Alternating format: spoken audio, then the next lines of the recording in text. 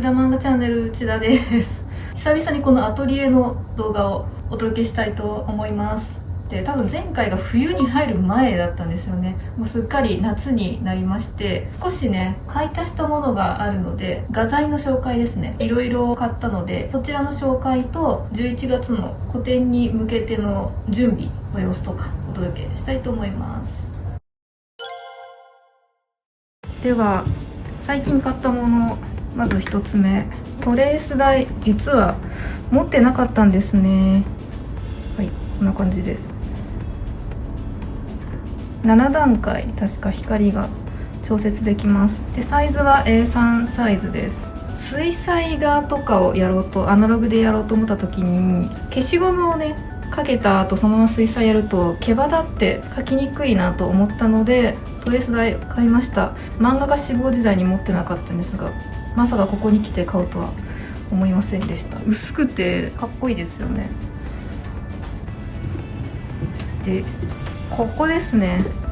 巨大漫画のライブドローイングがメインの活動なので、モノクロで絵を描くことが多いんですね。でちょっとだけこうアルコールマーカーを使った巨大イラストっていうのを3枚ぐらい描いてるのかな、描いていて、で個展はちょっとその大きいのあんまり展示できないので、普通にねイラストを描こうかなと思った時に、アルコールマーカーか水彩かアクリル絵の具、どれにしようかなと思って今一通り買い揃えてみました。本当にね、こういう画材を使ってイラストをまともに仕上げたことが全然ないんですね。実は漫画家志望やってるとあんまりカラーの絵やらないんですよね。で仕事でイラストやったとしてもやっぱもうデジタルになってるので、アナログでちゃんと描くってことをしてこなかったんですが、個展がいい機会かなと思っていろいろ準備をしました。この棚っていうの画材置き場を買いました。前回の動画の時にはなかったんですが、一応このように前からあったのがこのアルコールマーカーですね。オロさんとお夫婦さんは前からありました。で最近買ったものがホルベインさんの水彩絵の具ですね。こういう感じで絵描きの方がやってるパレットにも写して描けるようにしてあります。アクリルもやりたいなと思って、ターナーさんですね、ターナーさんの U35 シリーズ、メディウムも一緒に合わせてるんですけど、これですね、これも同じシリーズなんですけど、もともとはこれですね、こっちのやつも使ってたんですけど、ジャケ買いでシルバーでかっこいいなと思って買いました。こっちの方がツヤがあります。こっちはほんとザ・アクリルガッシュっぽくてマットですね。マットな感じの、個人的にはこっちが好きでした。水彩を始めるにあたり紙を買いました。最近 X ですごい上手な水彩を描く巨匠の方をフォローしまして、その方が使ってる紙を載せてたんですね。でそれで全く同じものを買ったんですが、これで8000円ぐらいしました。20枚かな、20枚入ってるんですけど8000円ぐらいしてびっくりしました。紙で割とね水彩の場合は変わる気がするので、紙もいいやつにしてみました。次にテクスチャー関係っていうんですかね、あまり知識がなく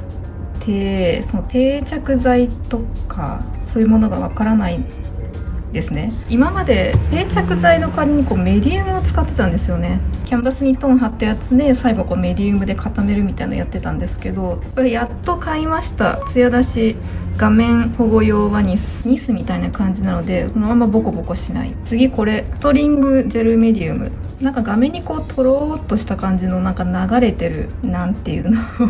まあニスみたいな感じで使いたいなと思って世界堂で買ってみました。使えるかはまだ試していないです。でこちらもいっぱい買いましたね。これポーディングアクリル絵の具、本来はマーブル模様とか作れるやつみたいです。いろいろ試してみたいなと思っていっぱい買いました。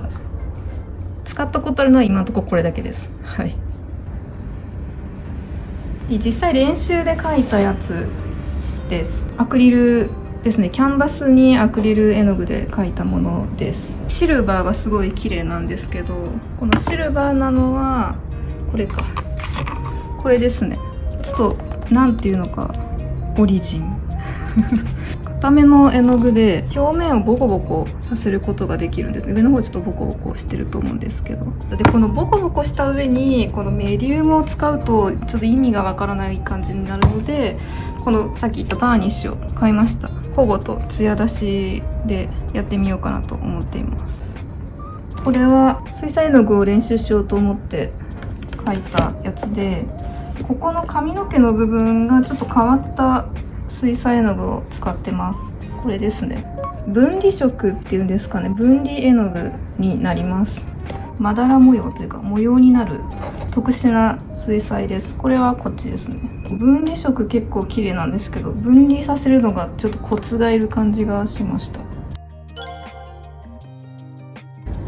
はい、ということで全然ちゃんとすいません、紹介できてなくて申し訳ない、知識がないのですが、いろいろね、世界堂で買ってきました。個展まであと4ヶ月ぐらい、今だいたい7月の末なので7、8、9、10、個展が11月末なのでだいたい4ヶ月ですね。4ヶ月でアナログカラーイラストがどこまで上手くなるのかというのを今後このチャンネルでセルフ密着という感じでやっていこうと思っております。いろいろ画材とか試しながら個展に向けて準備していきたいと思います。次は多分ね、キービジュアルですね。個展の、メインというか顔となるメインビジュアル、キービジュアルの制作の様子をお届けしたいと思います。ではまた動画でお会いしましょう。バイバーイ。